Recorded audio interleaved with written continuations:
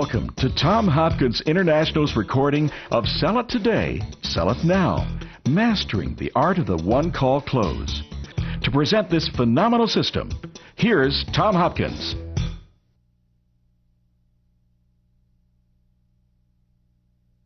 I'm very excited about this new program, Sell It Today, Sell It Now, the Art of the One-Call Close. And to give you a little background how I created it, I, of course, live my life looking for ways to better teach people in sales. I'm always looking for technique, strategies, everywhere I go, because my life is training salespeople. It's my passion. Well, I got hired years ago by a company, a large company. They have 500 salespeople. And whenever I do a custom program, I go into the company, analyze their training, because I want to know what they teach their people. I don't want to come in and teach something contradictory to their beliefs or their strategies. So I spent a week with their training director, Pat Leiby. And after a week, I said, Pat, what you teach your people is so good. I have to work with you, if you'll let me, to co-author a book. And I've been asked by many people to do that, and I've never found the material I felt was so valuable for my students. Well, I worked with Pat. We wrote the book, created an audio program, and then, of course, are now putting this on video for you to enjoy. Now, as we do, I want you to realize when you hear the title, Sell It Today, Sell It Now, the Art of the One-Call Close, please realize we're talking about one call, not one time. See, some of you have a one-step presentation and closing sequence. And you know that 98 to 100% of the time, if you don't get to check that presentation, you'll maybe never see them again. Now, that would be closing it today. Some of you have a two-step process. You go in for the first call, gather data, come back, present, and then close. Some of you may have a three-step process. What I want you to realize in this program is whatever your goal is on that call, you must accomplish that. So if there's 3 visits, visit number 1, I must get this done, that's closing on that call. Visit 2, I must get this accomplished, closing on that call. And visit number 3 is when I go in and get the check, get the final commitment, get their approval, close the transaction. Okay? So open your minds to this now and tailor-make it to your situation. Now, the first thing we have to realize that in every selling situation, there are only 4 key obstacles to be overcome. And this is from the moment you meet someone to the moment they own your product or service. Now, understanding and working on these 4 keys will help you quickly lower sales resistance and increase sales acceptance. Thus, you'll reach the goal of the closed sale today. Now, let me start off again by saying there's something important here we must discuss. You see, the amount of sales resistance that a person has when you start a selling situation depends on how they met you. In other words, if the sale is buyer initiated, they call you, they walk into your office, they're the ones looking for the product. If they are the ones that contact the company, that is called buyer initiated, and there'll be less sales resistance.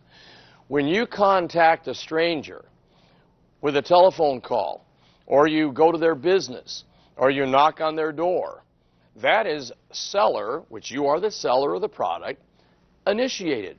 So when the seller initiates the original contact, there's high sales resistance. Now, I think you realize that when you have a referral and the people send you to meet a friend or relative, there's a lot less sales resistance because they've been told good things about you. So again, keep in mind, one of the first keys in this process is you must determine how much sales resistance there's going to be based on that selling situation. Now, for our example, what I want to do is take it and make it the toughest sale you can ever make, so there'll be 100% sales resistance. Now, there's 4 key obstacles in any selling situation, as I mentioned. The first, of course, is trust. Most people, when they meet a salesperson, start with a feeling of, I feel no trust. Now, our goal in our presentation is to move that from no trust to some trust to lots of trust. Because, see, no one will really let you persuade them to invest in anything if they don't trust you. So, you must work toward helping them think, I feel some trust here. Then, of course, the second obstacle is need. Most people, when you present a product to them in the beginning, say, you know, I feel no need.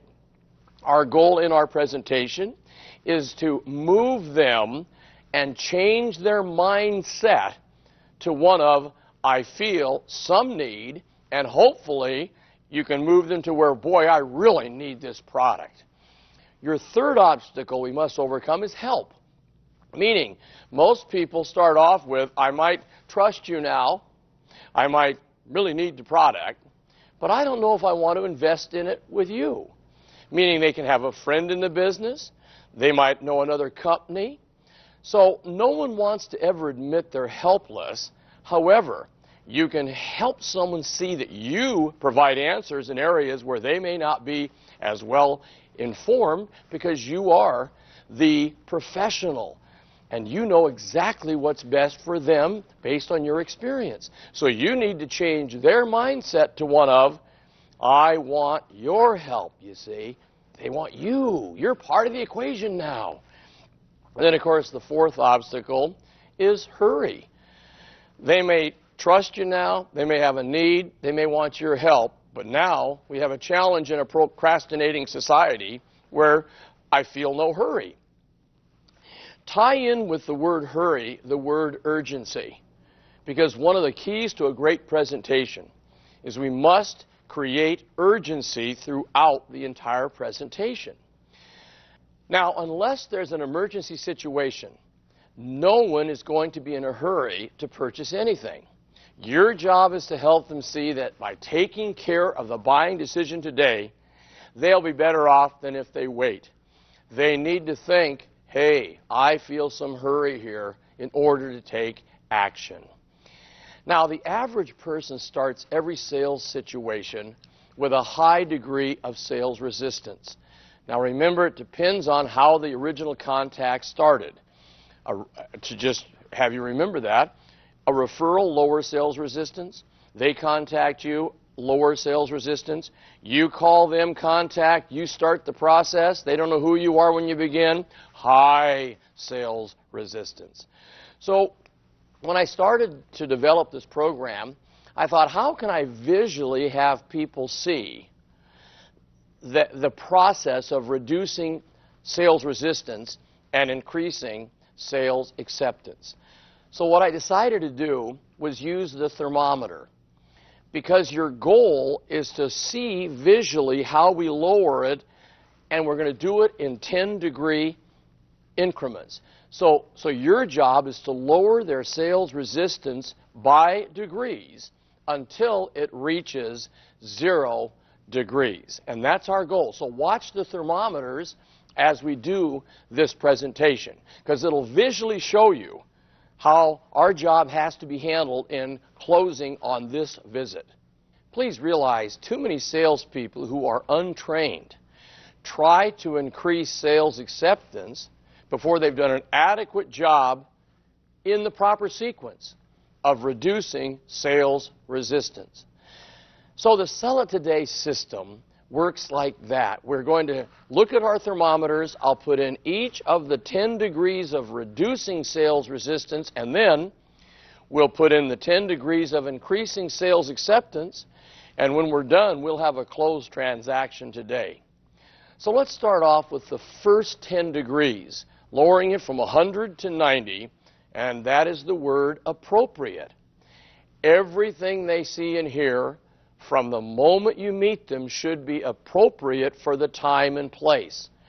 What this means is that everything you do, everything you say, your dress, your look, everything must fit the situation. Let me give you an example. You wouldn't go into the McDonald's hamburger restaurant and see someone working the counter in overalls. That, for that situation's inappropriate, and you might lose some trust about this organization, this company. On the other hand, you wouldn't walk into McDonald's and see the man behind the counter wearing a full Brooks Brothers suit either. So everything must be appropriate. Your look, your dress, your original greeting, your handshake, if it's appropriate. Then what happens is just that lowers sales resistance by 10 degrees. The second thing we must work on is the intention statement. Now, your intention statement contains two things. First, it must clearly explain what your intention is. In essence, you walk them through what will happen during your time together. It's almost like an agenda of sorts. Then you'll ask them what they think about it. It's the flow of events. The second thing is it must imply, not state, that it's okay to say no, that this isn't for everyone, that I don't get everyone involved in this. I'm not going to apply any pressure here. Now, what I'd like you to do is listen and watch as I present now a paragraph that'll show you these items. Ready? John, Mary, due to the fact that we have such a great reputation for quality products, thousands of clients have entrusted their business to us.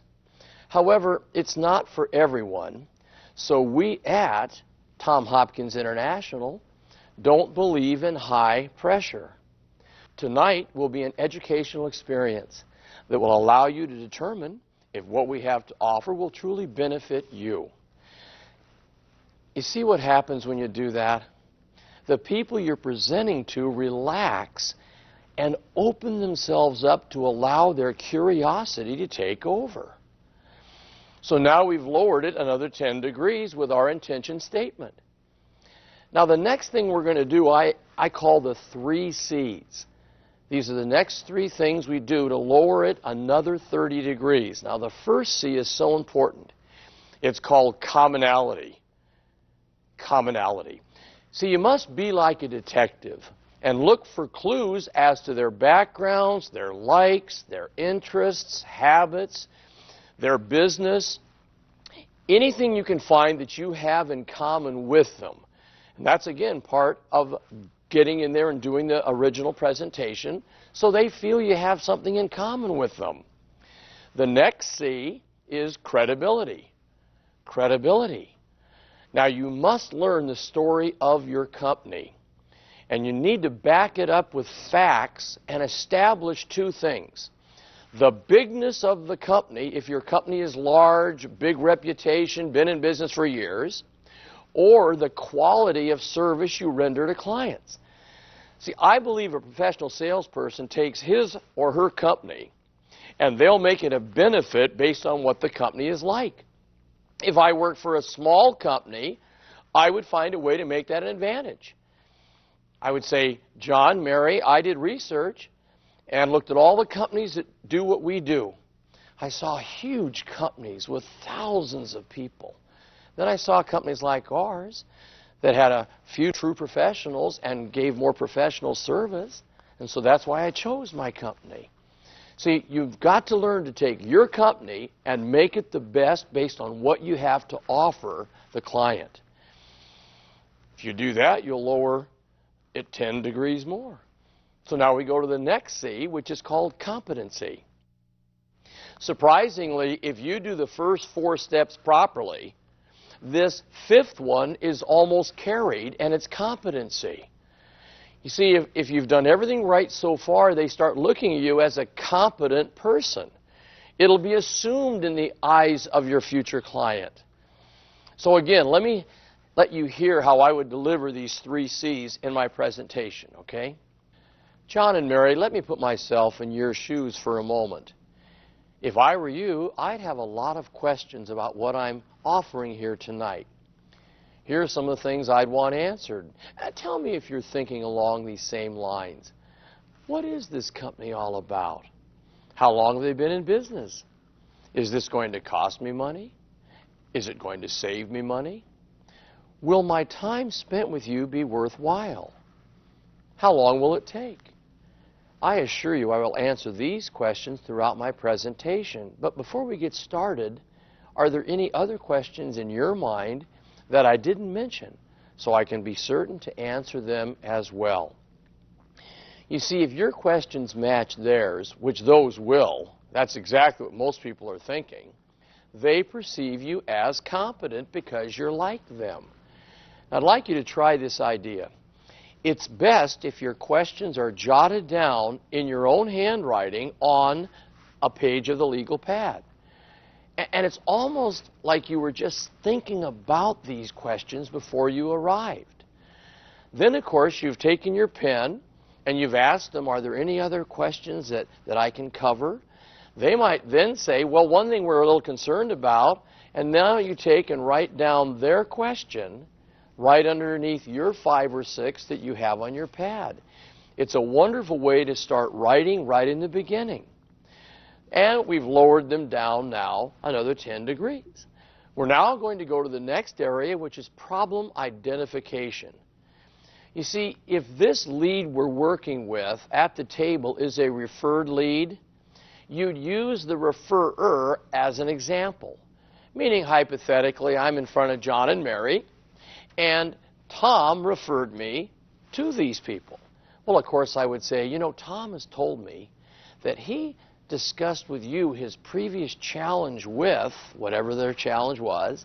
You apparently agreed that you have the same challenge. Is that right? Now, if it's not a referred lead or a previously unknown product, you'll isolate their challenge with good questions and statements. Kind of like this. You know, John and Mary, after our evaluation, many of the clients we serve find that they have a challenge they weren't previously aware of and that our product can definitely help them overcome it. And they've been lowered another 10 degrees of sales resistance. Then we go to the next area, which is discovery. Discovery. Here you educate them as to the value of gathering in-depth information. Using the art of questioning, we help them discover they not only have a need, but there is urgency to make a decision to go ahead.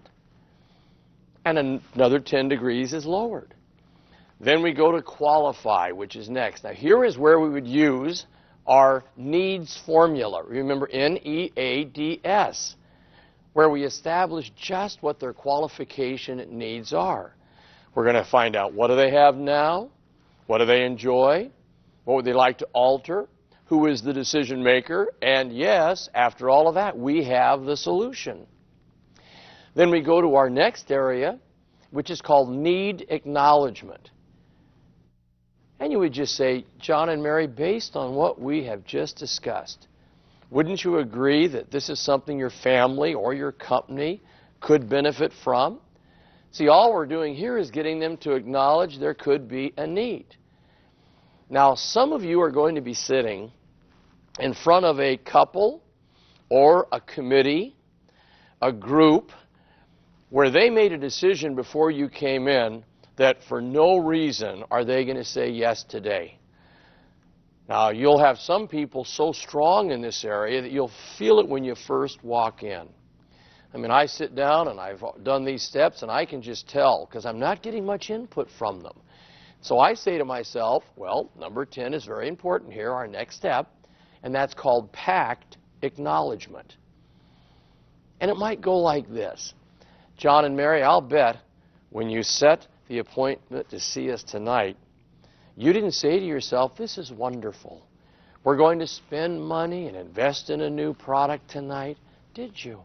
In fact, it's more likely you may have agreed with each other that you weren't spending any money and that you weren't buying anything. All I ask is that you keep your minds open to the possibility of what we have to offer. Is that fair? Now, you notice what we've also done here? This is your first attempt to get a commitment to say yes to the purchase or to do what your research reveals when you come back with that information. So if we've done all that right, you notice they had 100% sales resistance. We then have got them to some trust. We've got the need, and we're now to 0 degrees on our sales resistance thermometer.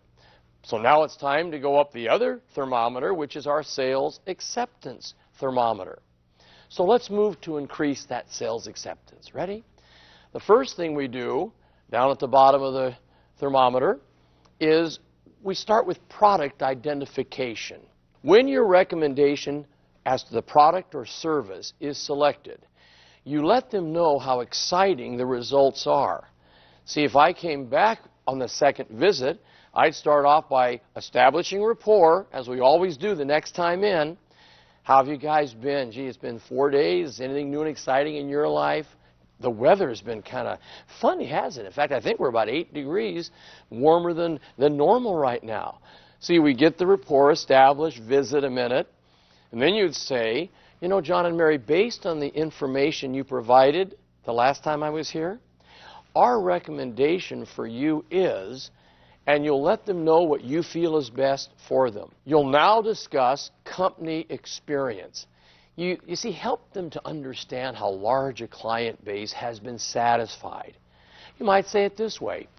You know, John and Mary, based on all the years and thousands of clients we've served, most of the recommendations we have tonight are similar to all the other people that we've satisfied with our product. Then you'll go to the next area, which is salesperson expertise. You see, it's important they know that you are a professional. So you're going to share with them your track record with the company. Now, of course, if you're new, and this can be a challenge if you don't have much of a track record, but what you can share with them is that you are, in essence, the go-between and are supported by experts at the company. Something like this. You know, John and Mary, I chose our company because combined we have over 100 years of experience just in my manager and the 2 people I work with. So we're really on target as far as what we can do for you. Also, you must express that these recommendations are the sum total of some of the greatest expertise in your field. Always do this too. Have third-party information available. This can be photos of yourself receiving an award. It could be that article in the paper that you got put in because you were the top person last quarter in your company. It also can be letters from satisfied clients. These would be those proof letters. For example, try it this way. John and Mary, here's a letter I received from a client who said yes to what our research revealed. And you hand them the letter. I will suggest, if it's a long letter, use a yellow highlighter so that their eyes go to the main things you want them to pick off of that letter. And you've increased sales acceptance another 10 degrees. Now we go to third-party endorsements. This is where you show positive articles from the newspaper or magazine about your company. And please, as a professional salesperson, whenever anything comes out in the paper, the magazine, about your company and it's positive, take it out, laminate it, make sure you keep it clean and crisp so you can show the person. See, people believe what other people say about your company more than what you say about it. And we've increased sales acceptance another 10 degrees. Our next area is called product features. Be sure to answer the prospective client's question, what's in it for me? By providing a fact and a benefit for each feature of your product or service. In other words, there's a truth when people are listening to you at the table. It's not a conscious, it's more of a subconscious reaction. You tell them a fact about your company. We're large, we're the best in the business, we have the greatest reputation. They're subconsciously sitting there, and this little thing is always going in their minds. Well, what's in it for me? What's important to me about that? So it's important when you state a fact, you then follow it up with a benefit. For example, let me choose a home improvement product. Let's just say that I'm in the replacement window business and we have fabulous new windows that are not only energy saving, they're beautiful, they increase the pride of ownership of a home, thus the appreciation and value. Great product. I might say this as a fact. You know, John and Mary, our windows are made of the finest and highest grade aluminum available today. Well, of course, they're sitting there saying what? What's in it for me? So what? So then you follow it up with, because of our construction techniques, our clients find that they enjoy significant savings on fuel and maintenance. So now there's the benefit. And we've again increased sales acceptance another 10 degrees. Let's look at the next thing. It's presentation demonstration. Now you would present your proposal, the research you found, the product benefits, and you're always going to be doing it in this formula. You're going to give them a fact, follow up with a benefit of the fact to them, then you're going to try to create, with what you say, a sense of urgency, and then you're going to ask or request for their feedback.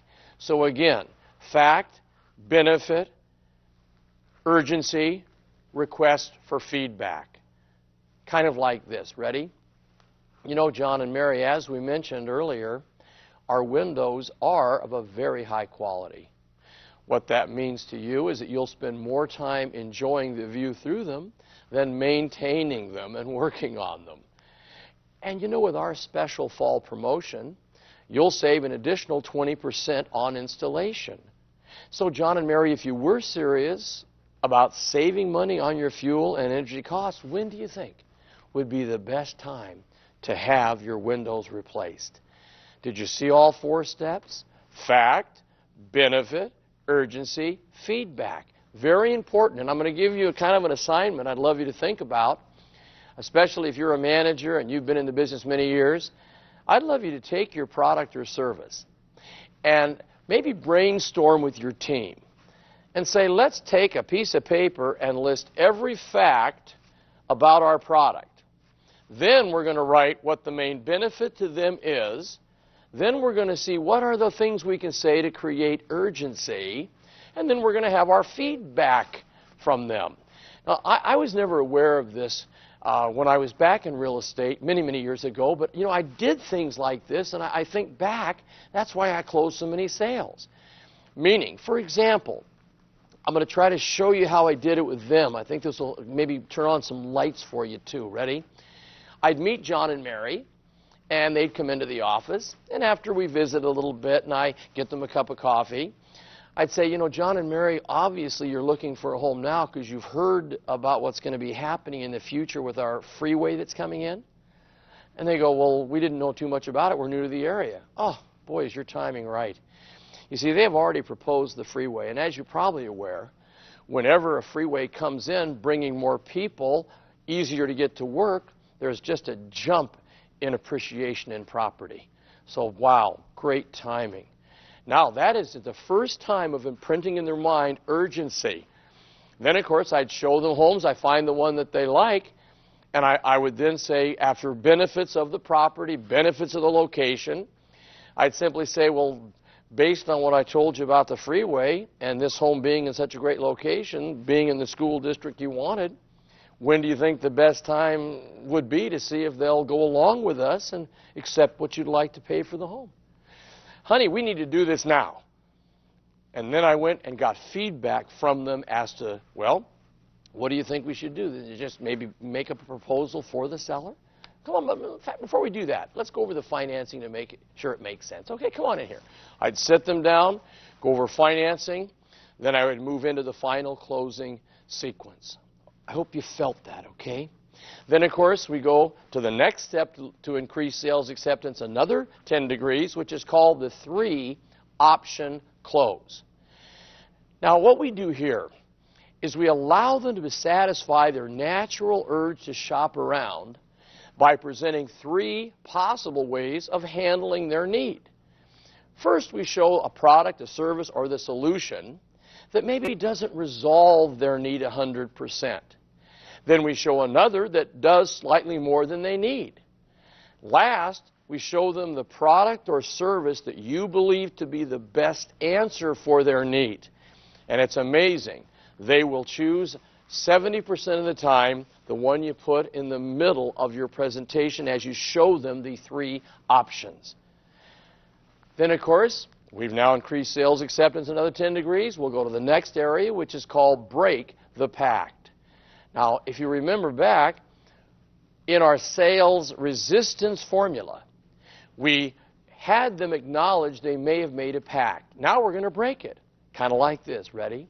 John and Mary, do you remember how we joked earlier about how you both possibly made a commitment to do nothing about your needs tonight? Mary, I'm going to ask you first. How do you feel about what our research revealed? Now, with that one little question, you listen to the answer and notice the other party's reaction. Then you ask the same question of the second decision maker. John, how are you feeling? See, each will see the other moving forward, agreeing to the proposal, and the pact will be broken. You might say it like this. You know, John and Mary, after what you've seen here tonight, do you think it might be wise to release each other from the commitment to do nothing if what we're offering truly makes sense to you and your family? Just that one little sentence, and they'll break the pact, and you've closed the transaction. And we've increased it 10 more degrees. Then we go to the next area, which is called trial summary. Now, what trial summary is you now just tell them a summarization of all the things they've agreed are important to them. You just say this. So, John and Mary, based on that, let's summarize.